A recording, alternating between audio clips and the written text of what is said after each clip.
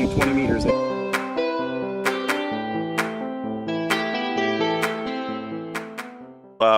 Welcome everybody to the June presentation meeting for the York County Amateur Radio Society. I'm John, NJ4Z. I'm the trustee for the club, and I schedule up the presentations for the year. And we have back by popular demand, Walt Hudson K4OGO from the Coastal Waves and Wires YouTube channel, and ARL best-selling author now with Salty Walt's Antenna Sketchbook. So, and Walt's been gracious enough to join us for a second time. He was here last June, and everybody asked if we can have him back. So I asked him, and he was gracious enough to join us. So, Walt, it's all yours. Welcome. Thanks, John, and it's great to be back. And John, you did send me a YCARS hat and shirt after last time too. You don't have to do it this time because I feel like I'm an honorary member. So thanks for letting me back with the guys here. I really enjoyed it. Hey, thanks. It's really like I said, I don't do a whole lot of these. I did Huntsville. I'm not Huntsville, but Dayton and whatever. So I don't like to just have a presentation and a PowerPoint and touch whatever. I just want to talk and tell you kind of like what's going on with me, what I as we all do, as we're like hams, you have antennas and rigs and stuff that you're like into at the time. My last video was kind of where my mind's at right now. I did a video called Leave No Antenna Behind. And I kind of wanted to discuss that today and my thinking. As a YouTuber, I've got coming up to 31,000 subscribers. I reach a lot of people, and I get a lot of really good, interaction with those people. But I also get the fuzzy stuff, if you know what I mean, the stuff I could do without. We could all do without with some people, and it seems like there are a lot of guys that don't understand. As hams, I think one of the in 2025, now this is different like in the early 70s or even way before then. I'm just going for what I can remember. I'm 63 years old. So as hams, it's like the last thing we can really cut and do and build or whatever seems to be antennas. I know there's kits out there and some guys still do some home brewing, but that was bigger back in the day. But now it's more about building antennas, and I'm really into that and enjoy that. And I kind of wanted to also say that it's not for everybody. And a lot of people, like I know we're talking about my book. This is currently out with the league. It's Portable Antenna Sketchbook, and every antenna in this thing is a wire antenna where you just cut the wire, attach a balun or an unknown and tape it to a pole or hang it from a tree or out the window or whatever. That's a lot of fun, but there's a lot of people that think that, okay, if that's what you're all about and you're a wire guy, that's all you are. And I kind of want to kind of get it out there to people that we as hams, you want to play with everything. I know lately I've got a lot of criticism of this, but I mean, telescopic whips, the different like the JPC series, the 12, the 7 dipoles and stuff like that. I like to play around and experience stuff like that too, and and test everything. I've also got some store-bought stuff that most people call garbage. I know my home antenna, if you can see, I'm in a building that was built in 1891, and I'm actually on the top floor, which this used to be an attic, and the fire escape's right behind me, and I have one of those Sigma Eurocom, no radial, works on all bands, the magic antenna that we all know is not magic, but I get a lot of flack and hear a lot of people throwing negative shade at stuff like that as well. And I try to explain to people that, listen, there's an antenna, or what I used to joke around saying, there's a pot or a lid for every pot. There's an antenna out there for everybody. And I kind of I'd like to see us as operators, like, understand that there's more than just wire, there's more than just store-bought. There's more than just putting the classic end-fed half wave up in the air at every POTA activation, and that's your go-to. You're going to use that antenna forever. That the real fun, to me, and hopefully I can encourage others, is to play with everything. It's really where I'm at right now in my journey and my learning in the hobby. I've been talking with John a lot lately, and one thing I'm really excited about is I'm getting ready to get out and start working with some, phased verticals, and that's all John, poking at me to do that, and I'm excited because I've like a lot of other people, we've all read the text, you read different articles, QST magazine, whatever, about phased verticals or whatever. I've never done it. I've never worked with or experienced that type of antenna, so that's kind of where I'm at right now. The book, like I said, I don't want to sound like an advertisement because I'm not trying to get you to buy it or anything, but in my book here, everything that I've done in the past, they're all verticals and they're all wires, and that's really kind of the on ramp for a lot of new hams to build. And I hope that that book goes down that road for newer people, and I hear this all the time, through my YouTube channel, whatever, is like, hey, I just got my general. I'm going to build your quarter wave vertical, or I'm going to build that coastal 20 antenna that you designed. Well, and that excites me because I know, that they're, that's where I try to encourage people to do, because I love it. I can sit here all night and talk about antennas with you, but I really, with that said, in this whole leave no antenna behind, I don't want to discourage people from, going out and buying the $29.99 telescopic whip, putting it in the air and testing it, and learning how to trim that antenna down till you get SWR where you want to, or get it resonant and tuned. I mean, that's a learning process, and there's value in that as well. And that's kind of, why I've been, like I said, on this kick of leave no antenna behind. I've gotten a lot of, I think about the last 2 or 3 months, I've been playing with a lot of, I'll say it, cheap Chinese antennas that are telescopic whips or stuff that's on Amazon or whatever, and picked them up and played around with them.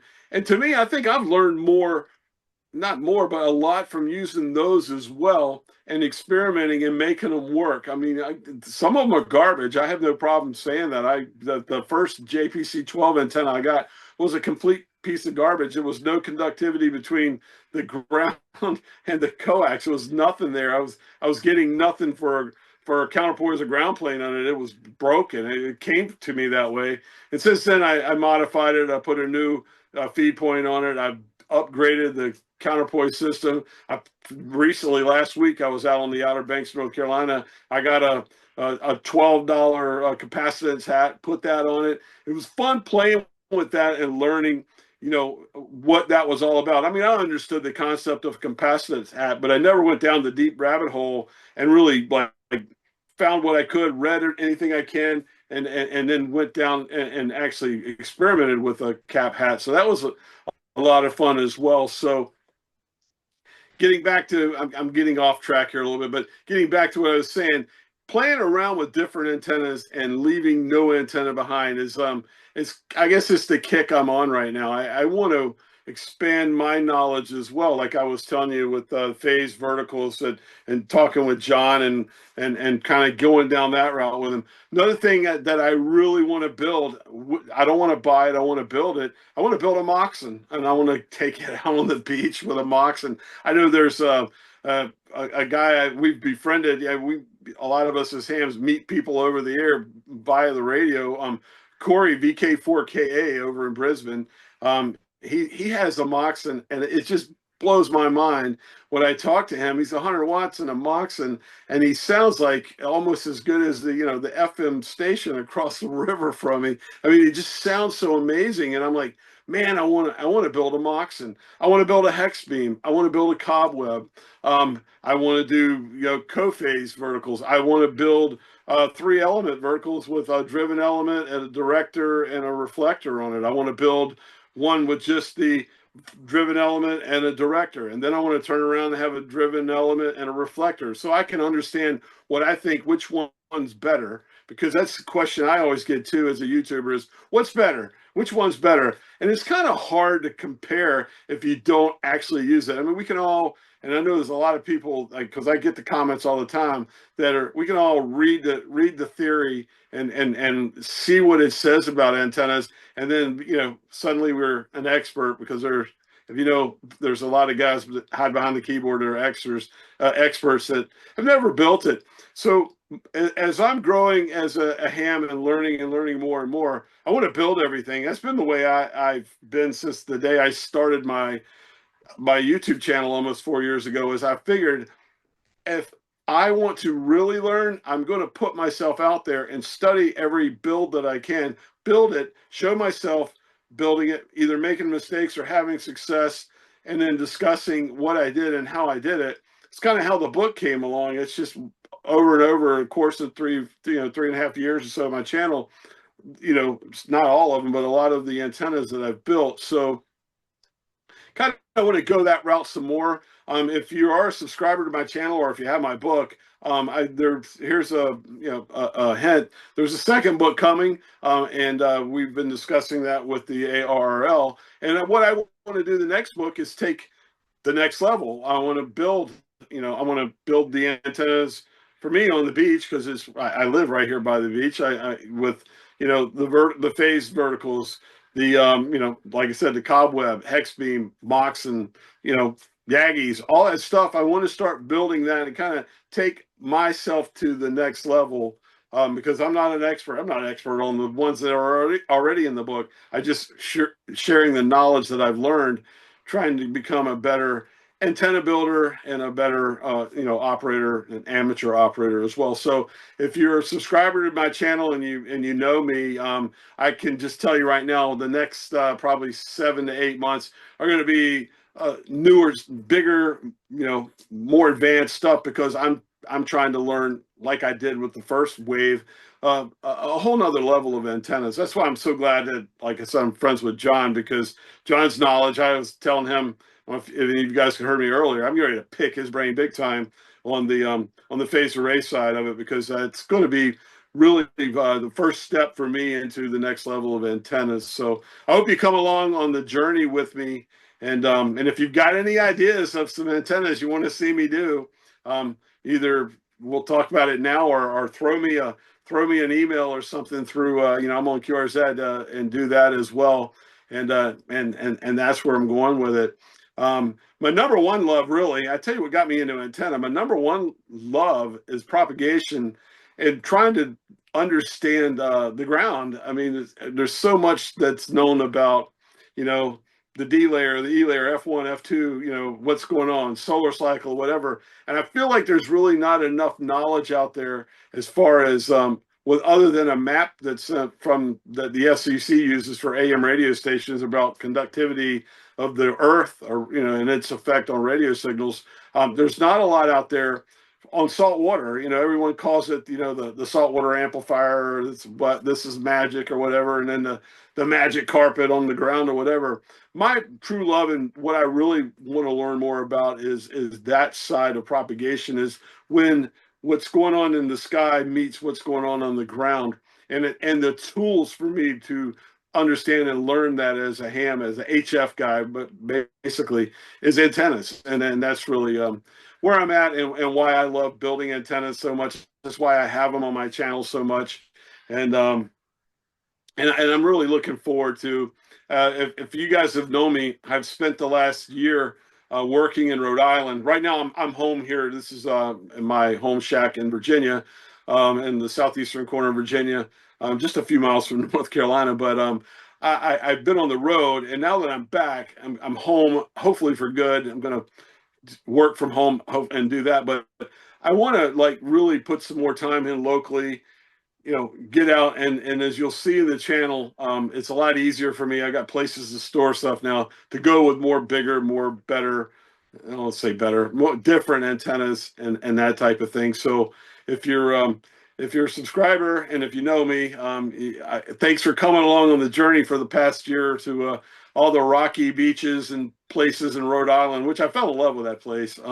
If you've been a subscriber to my channel for a long time, if you see there, SP K4OGO, for a little over 2 years, I worked in Poland.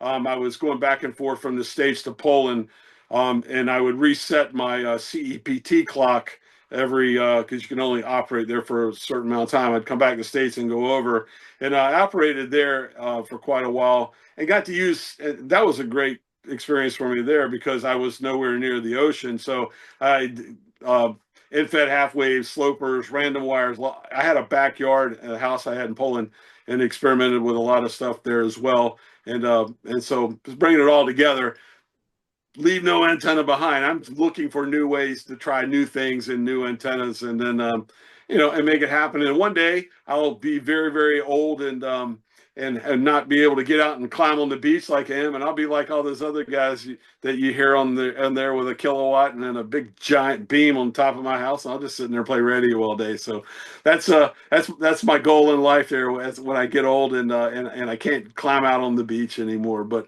that's pretty much it, man. Just like I said, I just wanted to say hello and thank you guys so much for letting me come back again this year after being here with you last June. I hope that I inspire you. That's my number one thing with my channels, to inspire people to get out and build antennas. And I'm not an expert, but at this point forward, if you guys got any questions or just want to know what's going on with me, the channel, what radio am I using now? What do I like? Whatever. I'm open for questions.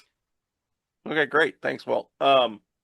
If you have questions, go ahead and raise your hand, and I'll take them as they come in. I'm going to unspotlight Walt here and bring him back to things so I can see the whole shooting match here. Bear with me a second. I got to do that. How do I do that? Should be here somewhere. Crap. I apologize, guys. I'll put you on the spot, John. I probably should have said, I'll take questions at the end. No, that's fine. You're good. I'm just trying to remember how to unspotlight you. That's really interesting. Let's see if I can do this. Replace spotlight. All right, now I'm spotlighted.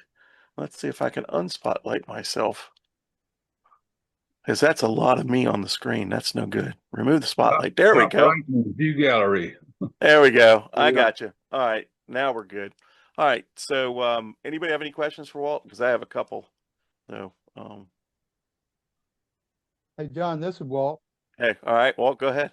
Hey, Walt, when you start working other antennas, how about considering maybe some of these antennas you need for satellite chasing, like the 2 meter 440, I've built a Moxum, and then I built a little 2 meter 440. What do you call it? Just hash hacks type there. Yeah. Okay. Yagi. And I want to build a log, about a 5 or 6 element log periodic right now. I've got some stuff ordered to build it with, but I can't find a design available for it. So I like that. Anyway.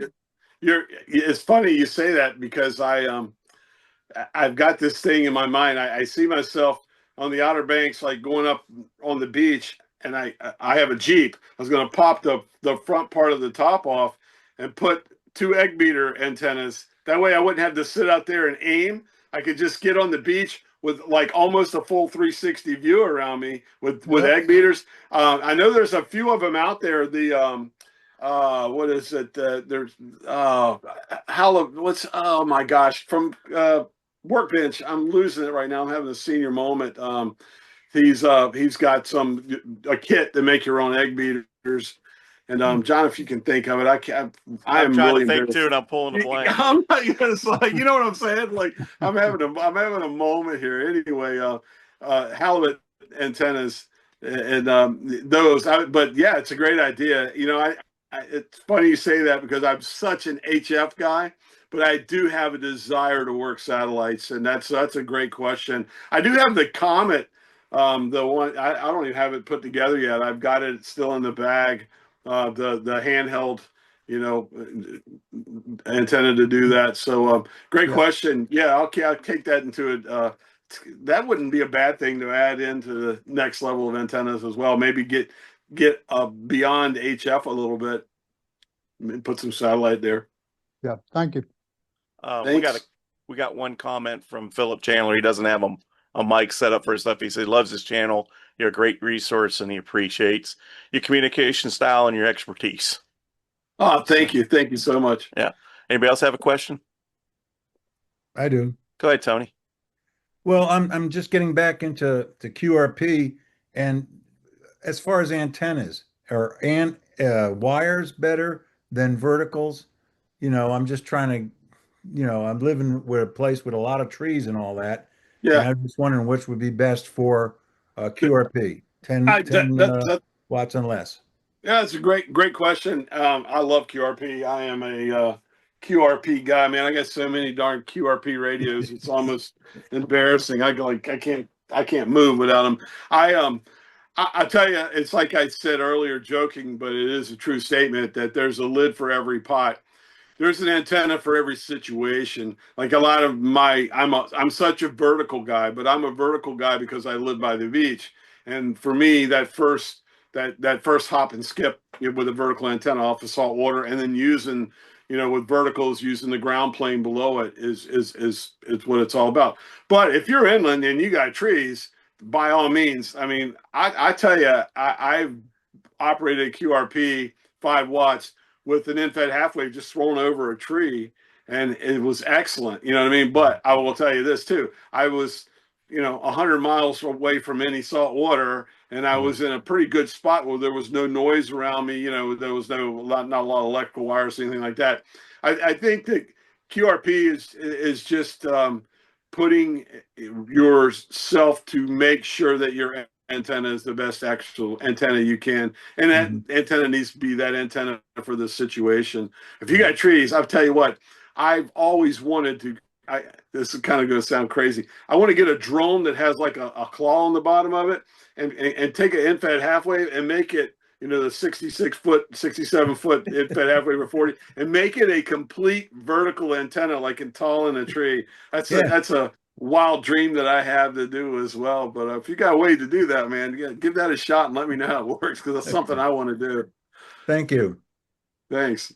If I could chime in on that, Tony, I mean, I've got experience with wires and, verticals, and, it's all in the application of what you're trying to do, right? Most verticals, on the ground verticals, aside from the DX Commander or those that are like it, are single banded, right? When you do an half wave end fed, or you do a off center fed dipole, or even an off center fed sloper, you have multiple bands, right? They may not be efficient on all the bands you have, Right. but you have more ability to do things with it. So I mean, you can. When I go out to play portable, and I'm going out for like a week, I have a loadout bag, which like a marine loadout bag, that has like 12 different antennas in it. And it weighs about 30 pounds, and I throw it in the back of the truck or in the camper, and I have 2 end fed half waves, different lengths. I have 2 off center fed dipoles. I've got a DX Commander. I've got a set of the Shorty 40 and the Lone Wolf River coils.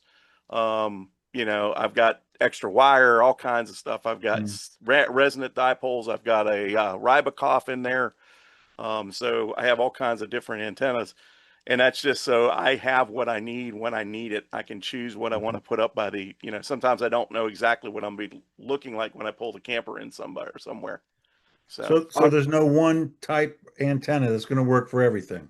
You have to have multiple, so whatever works for you. Well, right. I mean, yeah, I mean, every antenna is a compromise, right? The closest thing I've seen to something that'll work for everything in the HF world is the 18-meter Nebula from DX Commander, because it has all the bands on it, except, and you could put 160 on if you wanted to quell load it.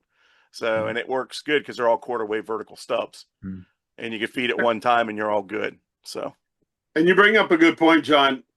Like I know, even in my book, like you mentioned the Rybakoff antenna, which is a multi-band, but it is a compromise per se. I mean, I get away with it. Everybody laughs like you're part of the G90 mafia, because that transceiver has such an amazing tuner on it. I get away with it because I'm sitting next to salt water. So for everything I lose, I pick back up in the gain in the salt water. And a lot of people, and I get criticized for that. I'm like, look, I'm sorry. This is what the name of the channel is: Coastal Waves and Wires, not, let's go play soda. You know what I mean? That's just who I am. So that antenna there with a random wire that you're using an automatic tuner or even a manual tuner to get all the other bands. When getting back to his original question for QRP, that might not be the antenna for a QRP situation. I think working QRP, you want the most resonant antenna you can get. If you're in a situation like that, I cheat at all because I'm, like I said, I'm by salt water, and I know that I'm not I'm not like going, look at me, I can work anything with anything. I've got a huge advantage, being on the beach. So yeah, like you said, John, find what will work for you and do it. And funny you say packing. It's on my social media. I'll have to find it and put it back up. But I went to Hawaii. I was working there for a few weeks, right when I started a channel almost 4 years ago. And I had two queen beds in my room. I was in it by myself. And one of my beds was just like, I took a picture of it. It was nothing but antenna equipment and all the way down. And I'm a medium wave AM radio DXer too. So I had this actually and antennas like that with me as well. So that's funny. I feel where you're coming from, John. Hey, Walt, one of the things that I would like you to, maybe if you think about it, and I'll be glad to help you lay it out, but something like a spider beam. We have a 3-element beam in a square. Yeah. So they're basically angled out your elements.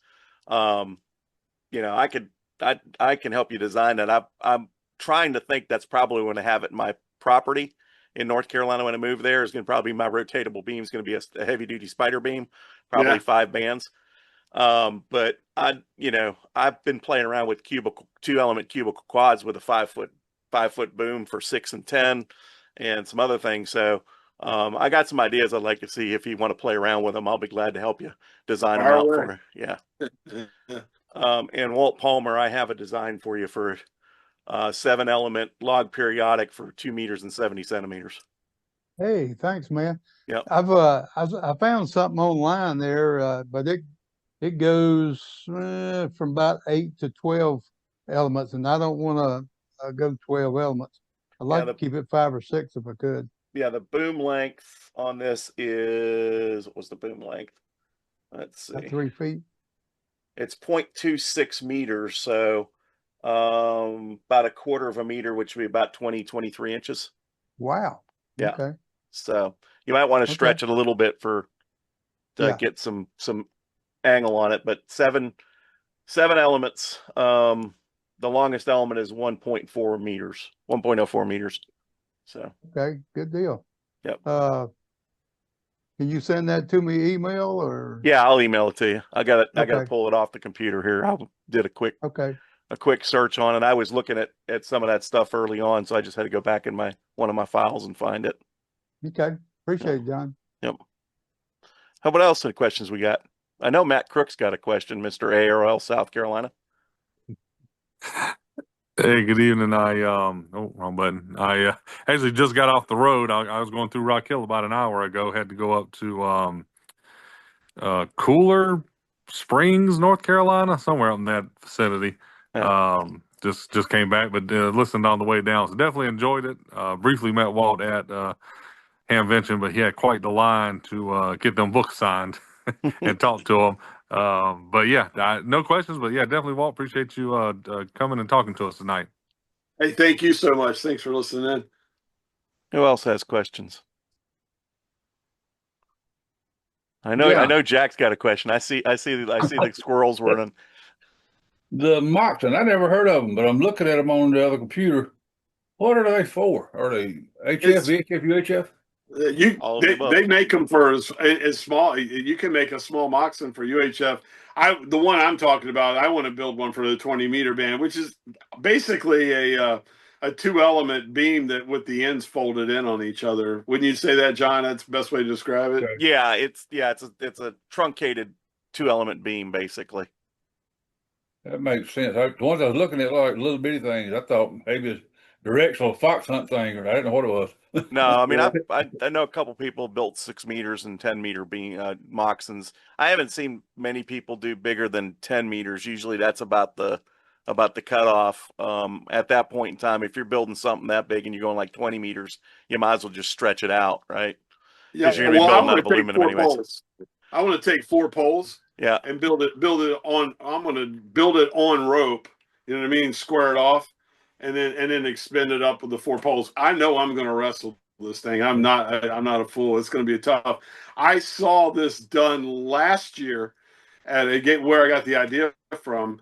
I saw that done last year. Was it W1OP or W1TOP? The Providence, Rhode Island club during field day. Okay. They had 2 of them up in the trees that way, and it just blew me away. I'm like, that's genius. And the guy they just laid out the rope, and then they attached the wire to the rope, and then put Makes the sense. the feed on it, and then they just extended the rope through the trees until they got it squared away.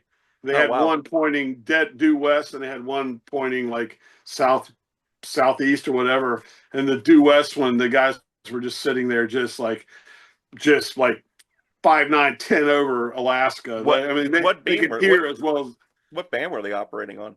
20. They were on a 20-meter band. Boy, that's a big antenna on 20 meters. Yeah, that's what I'm saying. They built it, laid it all out on rope, and then they found spots in the trees. There was a real wooded area, and they just kept reeling it up until they got it squared and level, and then we're operating the trees. But I was like, wow, this is cool. That's another thing. It's good to get out like field day and go visit other people, like when I was out of town, because you kind of you learn, you see some pretty cool gimmicks sometimes, and that was a cool one. I wanted to do that. I'm going to try to do it with poles. I only do it with maybe 4 DX Commander poles.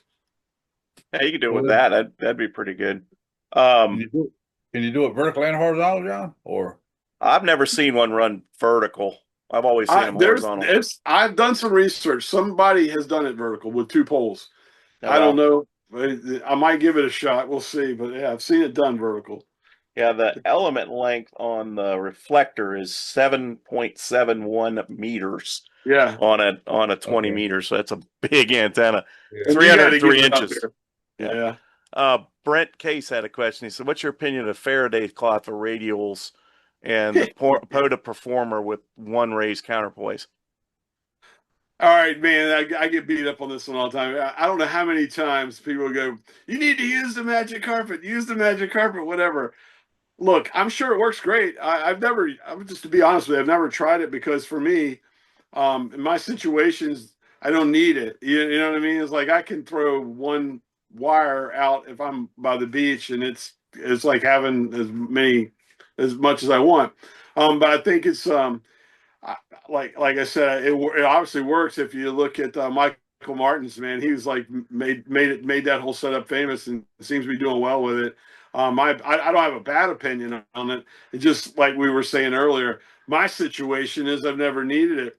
The same with I keep getting people telling me to use raised radials, and I'm like, why would I use raised radials when I'm sitting on the world's greatest ground plane? For me, nothing against raised radials. I'm sure it's amazing if you're in the right situation for it. I just haven't found myself in the situation yet to use raised radials. Yeah, the big difference is if you got the ground plane and you've got that kind of soil conductivity that you have near saltwater, I mean, you don't have ground losses, right? Everything gets reflected. Right. When you get back and you step away from it, and you're in, soil that's not as reflective or conductive, then you end up with raised radials taking away, those ground losses you end up with, and it makes the antenna more efficient on the band. But again, the trade-off is radials are the magic carpet. You can throw that shit on the ground and you're good to go in a few minutes, unless you've got tuned radials, right, for the band you're operating on. It gets really inefficient very quickly with raised radials. And Brent said he uses it because it's a fast setup, and he's right. It does work. It does work, and it is fast setup.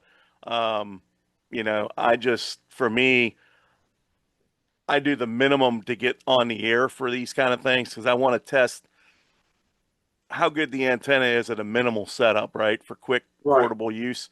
Now, if I, like I have a vertical here at the house, I've got 500 meters with radials underneath it, right? So, but that's a permanent install.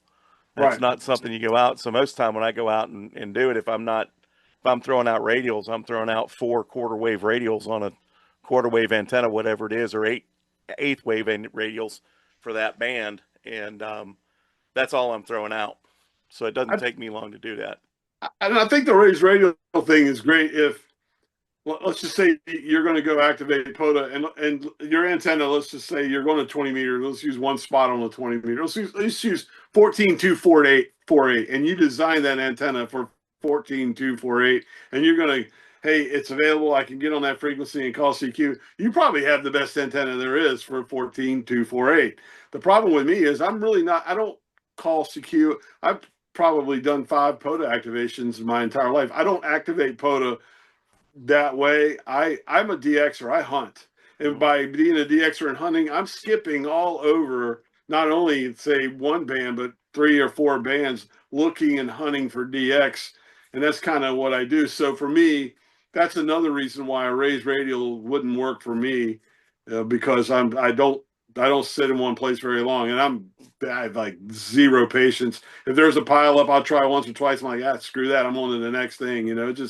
Just how I am as an operator, and what I do. What's funny though is what I have done quite a few times, and have found it actually pretty darn amazing, is I've gone to the top of a car park or parking garage, and put a vertical up with the flagpole thing underneath the tire of my Jeep, and then put the vertical up.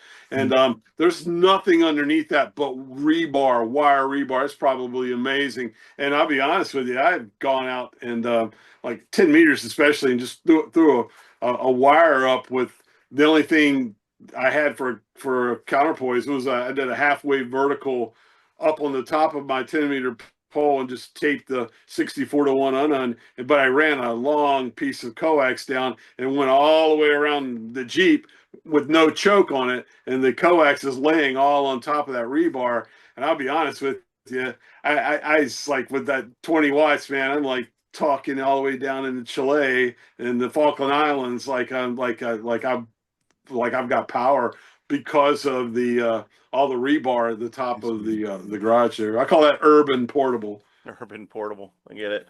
Yeah, when you think about it, if you understand the physics of antennas, and everybody gets a little wonky when you say physics, right? But it's pretty simple principles. I mean, you don't have to know Faraday's laws to understand the basic physics of how an antenna works. And once you figure that out, you can have a lot of fun playing around with antennas and trying things. Before you understand all that, a lot of times it gets frustrating because you're doing things that are not going to make the antenna efficient. You're doing things that'll make the antenna counterproductive for you. And then once you kind of understand, okay, I don't want to do that, but I want to do this, it's a whole new world. It opens a whole new world for you. So, yeah. And the important thing is just learn, make the mistake and learn from it. I can tell you, when I first started messing around with antennas, I thought I knew a lot, and guess what? I didn't know what I didn't know.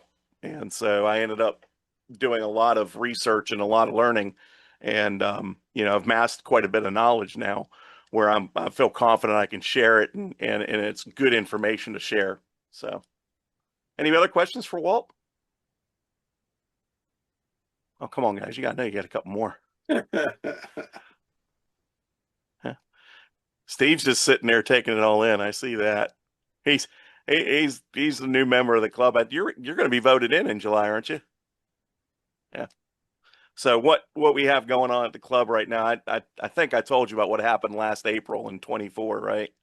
We had that freak storm roll through, and it took down both our towers at the clubhouse. Yeah. And so we got all the insurance. We had good insurance. They repaired all the damaged clubhouse, and they agreed to replace the 2 towers. Well, we got a tower climber and a tower company to come in and do all this for us. Well, we finally got everything settled with the insurance company, agreed for what the cost was going to be to replace everything. And so he was supposed to get started in like September putting things up. Well, Hurricane Helena came through and tore the mountains up. So all the tower guys were called to go up to the mountains to repair the cellular networks up there. So we ended up losing him from basically September until January. And then we finally got him out there and he's started putting up the towers, but now there's busy time in the season. So, but we've got the 2 towers, I think, are full standing 50-foot G45s. And they are putting on one tower, we have a JK mid-tri with a 40-meter element on it. So we've got, 4 bands on that one, rotatable. Above that's going to be a 5-element 6-meter beam. Jack's been out there building these things all week with Andre, our club president. And I think a couple other guys have been out there helping too. And then the other tower's got a 2-element Cubics quad for 5 bands on it and a tri-band UHF VHF antenna. So we'll have the cat's meow of antennas once they get up there. I was another thing too. You're talking about learning or whatever. I was just sitting here. I was looking over at my desk here, and I look like, hey, this is all the stuff I do. I try to find these are old. You probably know about William Orr, John. Yeah, I've got that same book sitting here. Yeah, that book there. All about vertical antennas from William Orr. I got that one. Wire antennas by William Orr. And then and a lot of other ones too. If I find them, there's a Canadian ham here, Claude Gillette, his antenna book, portable wire antenna books, and then as the league, the basic antenna book from them, and so many others that they have out. The wire antenna classics. I just read and read and read and read as much as I can, and then try to get ideas. It's funny. I was just then as you were talking, I looked over these and I saw a piece of paper sticking out of the corner of the beam book, and I haven't cracked this thing open in like 2 years, and it's kind of funny. I'm kind of almost scared to open it, but there's a bunch of notes in here where I was like going to design something. Let's see what it was. Oh, I was talking about earlier, a driven element with a director on it. I was kind of just, taking notes or whatever. But that's that's part of the fun. This is hilarious too. I'd forgotten I had done this. I was obviously getting ready to go out and do some operating because it was something with direction, because I got all of the degrees and the locations. I've got, let's see here, 332 degrees to Japan, 322 to Alaska, 283 to Hawaii, 269 degrees to the VK4 area. But I was like taking all these notes because I was going to go out, and this is good stuff. Now I don't have to redo this, John, when I go out there with the phased arrays. I found my notes from it or whatever. But there you go. That's kind of another thing is that I like to do is like the William Orr books are he's a silent key, I think, and they've been out forever. Just go on eBay and look for stuff for $10 or $15 books. I've got some that are garbage, but some of them that are really good. And his stuff was amazing. It really was. Yeah, I've built quite a collection of old antenna books, even the ARRL antenna books from the 50s and the 40s. Wow. But I've got a lot of William Orr's stuff and McCoy, and I'm trying to see who else is over there. One of my favorite books is UN4 ON4UN, John Devilier, the low band DXing book. That's got some real gold in it. And if you want to learn the physics of antennas, that's a great place to start that in the IRL antenna book. Yeah. But if anybody's interested in some of these old antenna books, I may go ahead and put out a list of what I have, and I'd agree to have them back in a certain amount of time because I don't want to lose them. I spent a good bit of money putting together this collection of books, and some of the stuff isn't in print anymore. I've got some textbooks that are phasing textbooks that cost me over $100 to buy because they're not in print anymore. I've seen some that were $500-600. I'm not doing that, but $100 I might spend it for a good book. So if club members, if you want to loan something from me, I may put out a list of what I have, and then just agree you're going to give it back to me, or I'll come hunt you down. So you can find old copies of the ARRL antenna book. This is the 18th edition, so it must be around, I don't know, late 90s maybe, something there, early 90s or whatever. You can find them all the time on eBay, pretty cheap. You go to big ham fest like Dayton or Orlando, there'll be copies laying out in the boneyard for $1 or $2. Yeah. You know, I went in there and bought like 7 when I was down in Orlando this year. Different ones. The handbooks and the antenna books are pretty cheap. The but the older author books, like, you know, like you were saying, Orr and McCoy and a few of those other guys, those books can command some money, anywhere from, you know, 5 to 35, $40 for a, you know, a small book. 73 put out a series of books too, back in the 70s, and I've got a good bit of those as well. There's also, and I'll have to send a link out to the club, there's a website that Greg Hollywood had sent me, Walt, that has a lot of stuff that's not published anymore, but it's in PDF format. Have you got that link? Do you know what I'm talking about? He sent me that link as well. I just can't think of it on the top of my head, but I need to send that out to the club as well. I found this book about a month ago, and it was an old library book from New Jersey. Someone, it was on eBay. It was called the Amateur Radio Encyclopedia, which I was like, yeah, big deal. But then I saw who the author was, which is one of my all-time favorite heroes of ham radio, Stan Gibilesco. Is that Stan's book? Yeah, Whiskey One, Good Vibrations. I got his book, 1994, and I'll be honest with you, this thing is amazing. It really is a great, great book. Yeah, it was a big loss for him to go as early as he did. Yeah, I absolutely love him, man. And he was like, I go back, I've watched all his videos probably 3 or 4 times each, man. It's like, what a character, but what a great spirit, man. I wish he was still around. He was amazing. Yeah, Brent was saying he has the encyclopedia from Stan. Somebody asked me the other day, they have a friend who's just getting in ham radio, wants to build antennas, and he said, what YouTube channel should I watch? I said, watch Walt. I watched Stan Gibilesco, his old stuff, and I said, see if you can find KK6USY. He built some cool stuff, and a couple of the other ham radio coffee guys. I said, and then of course I said Callum and Colin over there in the UK, you know, Scotland and England. So those are the guys I always recommend. Tim's pretty good too. He's a good friend of mine, G5TM. Oh, yeah, I didn't even think about Jim. Or Tim, I'm sorry. Yeah, Tim. Yeah, he's pretty solid too. I like him he built some good stuff too. There's so many out there, and I have so little time, I don't get a chance to watch like I used to. But anybody else have any questions? All right. Well, we'll let Walt get back to his life and his beautiful bride. And but we really want to thank him for being here. It was a pleasure to have you, Walt. And yes, you're an honorary member of our club. And anything you need from me, let me know. But we're glad to see you. And if you're ever down in the Rock Hill area, man, come on by. We'd love to see you. We open house every Wednesday night. The club would be fantastic to have you there. I'd love to do it sometime. Maybe that'll happen. All right. We got our Ham Fest in October. Short drive. It's only about 6 hours from Norfolk. There you go. Yeah. All right, guys.